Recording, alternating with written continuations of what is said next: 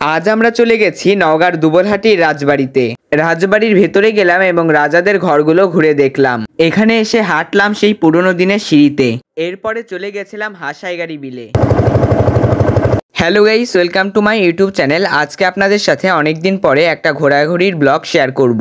আশা করছি আপনাদের ভিডিওটি ভালো লাগবে। আজকে আমরা যাচ্ছি নওগাঁর হাসাইগাড়ি বিলে। আর হাসাইগাড়ি বিলে যাওয়ার পথে কিন্তু দুবলহাটি রাজবাড়িও পড়বে, সেটাও ঘুরে দেখবো আর আপনাদের সাথে শেয়ার করব। এখন গাড়ি করে যাওয়ার সময় কিছু কিছু জায়গাতে খেয়াল করলাম এরকম কাশফুলের থোকা হয়ে ফুটে আছে, কিন্তু এখানে যাওয়ার কোনো উপায় নেই। এই কাশফুলের ঝাড়গুলো যদি একটু কাছে হতো বা হেঁটে হেঁটে যাওয়ার কোনো ব্যবস্থা থাকতো তাহলে কিন্তু খুবই ভালো হতো। আমার কিন্তু অনেক দিনের ইচ্ছা কাশবনে গিয়ে কাশফুলের সাথে ছবি তুলবো, কিন্তু নওগাঁতে কাশবন আছে নাকি তা আমি জানি না। এখন আমরা যাচ্ছি তালতলি হয়ে, আর আজকের ওয়েদারটা কিন্তু অনেক বেশি সুন্দর। দেখা যাক এখন আমরা যে জায়গায় যাচ্ছি সেই জায়গায় কাশবনের দেখা পেতেও পারি। এখন আর কথা বলি না, দুবলহাটি রাজবাড়িতে পৌঁছে আপনাদের সাথে আবার কথা হবে। অবশেষে এখন আমরা পৌঁছে গেছি দুবলহাটির রাজবাড়িতে। রাজবাড়ি দেখেই কিন্তু বোঝা যাচ্ছে কতটা পুরনো। এখানে পাশে একটা সাইনবোর্ড আছে, এখানে মনে হয় দুবলহাটি রাজবাড়ি বিষয়ে কিছু লেখা আছে। আমরা তো ভেবেছিলাম রাজবাড়ির ভেতরে ঢোকা যাবে না, কিন্তু পরে দেখছি অনেকেই কিন্তু ভিতরে ঢুকে ছবি তুলছে। আমরাও একটু ভেতরে গিয়ে দেখবো রাজবাড়ির ভেতরটা কেমন। আর তার আগে দেখো বাইরে কিন্তু রাজবাড়ির সামনে একটা পুকুর আছে আর একটা ছোট মন্দির আছে। আমরা কিন্তু সন্ধ্যার মধ্যে বাসায় পৌঁছে যাব, এই জন্য দুপুর 3টার একটু আগে আমরা বাসা থেকে বের হয়েছিলাম। এখন তাহলে চলুন রাজবাড়ির ভেতরে প্রবেশ করা যাক। রাজবাড়ির অনেক কিছুই ভেঙে গেছে যেহেতু অনেক দিনের পুরনো। এবার চলো তোমাদেরকে রাজবাড়ির ভেতরের সামনের দিকটা একটু ঘুরে ঘুরে দেখাই।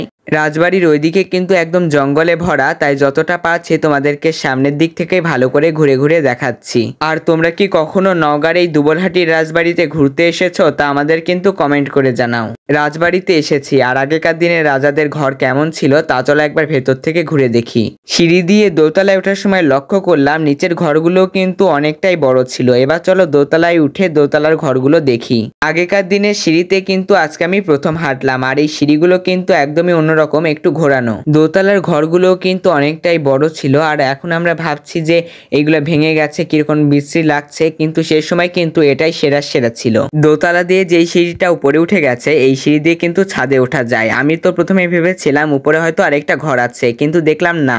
আমরা কিন্তু ছাদে যাব না, এখন আমরা এখান থেকে ফিরে গিয়ে নিচতলায় মানে দোতলাতে গিয়ে আমরা ছবি তুলবো কিছু।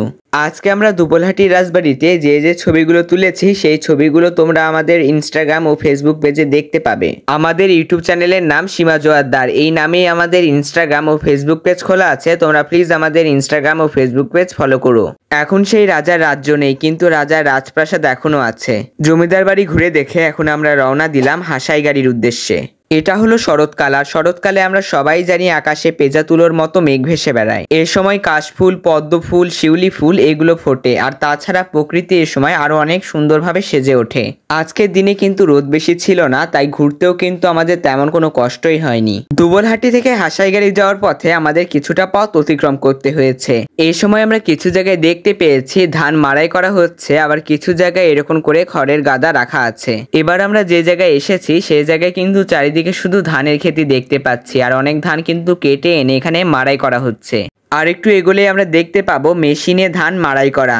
আজকে কিন্তু তোমাদের সাথে অনেকদিন পরে একটা বড় ব্লগের ভিডিও শেয়ার করছি। এছাড়া বড় ভিডিও বলতে তোমাদের সাথে রান্নার ভিডিওই বেশি শেয়ার করা হয়। আজকের ব্লগটি তোমাদের কেমন লাগলো তা কিন্তু আমাদের প্লিজ কমেন্ট করে জানিও। ওখানে মেশিনে ধান মাড়াই করা হচ্ছে, আর এখানে কয়েকজন কৃষক ক্ষেত থেকে ধান কেটে পাকা ধান আটি বেঁধে কাঁধে করে নিয়ে যাচ্ছে। এখানে জলের মধ্যে সাদা রঙের শাপলা ও বেগুনি রঙের শাপলা, মানে বেগুনি রঙের শাপলাকে এখানে নৌকা বলে ডাকে। এইগুলো কিন্তু এখানে অনেক প্রচুর পরিমাণে হয়েছিল।